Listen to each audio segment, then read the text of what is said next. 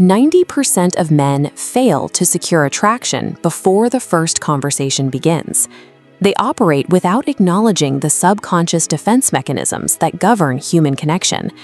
Traits typically labeled as natural charm are actually the successful execution of behavioral heuristics, mental shortcuts the brain uses to make quick decisions. Every potential target possesses a primal threat detection system. This system constantly parses environmental data to identify signs of manipulation or social low value. The amateur relies on the hope of a favorable outcome through superficial etiquette. The practitioner utilizes a systematic series of exploits to clear these psychological hurdles. This is the social engineering stack. It organizes 7 distinct behavioral inputs into 4 layered tiers of psychological access. These inputs, grooming, eye contact, listening, humor, respect, passion, and authenticity, are traditionally framed as generic self-improvement. Their actual function is the penetration of a target's cognitive firewall. Failure at the base layer prevents the delivery of more complex behavioral data. Chemistry is simply the label the uninitiated give to a perfectly executed algorithmic bypass. Access begins with Tier 1, somatic overrides. These are the physical data points that establish the baseline of the interaction. Grooming overrides the amygdala, the brain's threat detection center. High-level presentation triggers the halo effect, a cognitive bias where cleanliness and symmetry lead an observer to assume favorable character traits. This instantly drops the threat level. This visual data causes the target to grant a baseline of trust before any verbal communication takes place. Once physical trust is secured, the practitioner employs the second override, sustained eye contact. In biological terms, a steady gaze signals social stability and a lack of internal anxiety.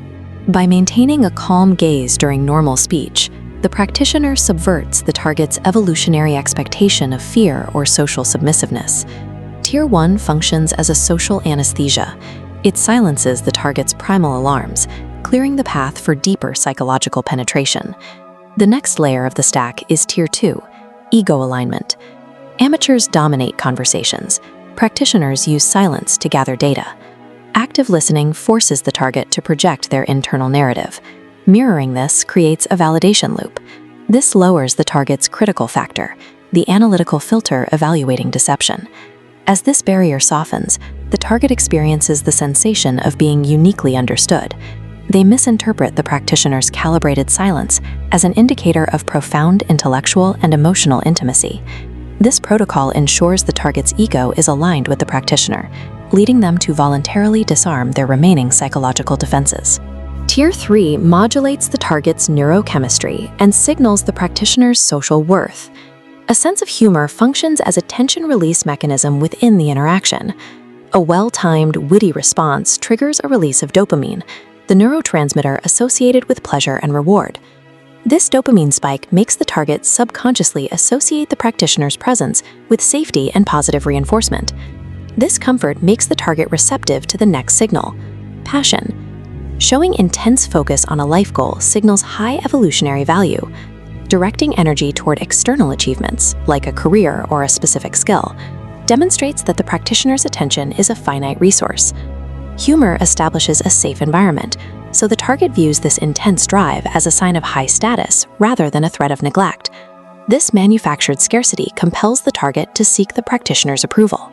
The practitioner uses humor to lower the barrier, allowing their signaled value to pull the target deeper into their sphere of influence. Even while completely focused on the practitioner, the target's brain continues to run background scans on the surrounding environment.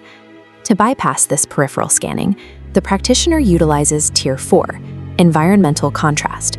The target monitors interactions with third parties, like waiters, for behavioral discrepancies.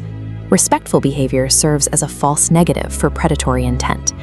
The background scan finds no red flags, confirming reliability.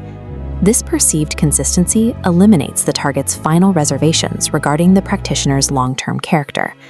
Calculated altruism acts as high-level camouflage, ensuring the practitioner survives the target's peripheral scrutiny. If the execution of the stack appears synthetic, the target's pattern recognition will flag the interaction as a manipulation attempt. Any sign of a scripted persona causes immediate rejection. This necessitates the final input, authenticity. It is the cloaking mechanism that makes the entire stack invisible. The human brain is highly evolved to detect mismatches between words and body language. Being fake or over-smart triggers a visceral defensive response. The practitioner must internalize these 7 protocols until they are executed without conscious effort. Total internalization allows the behavioral sequence to bypass the final layers of detection.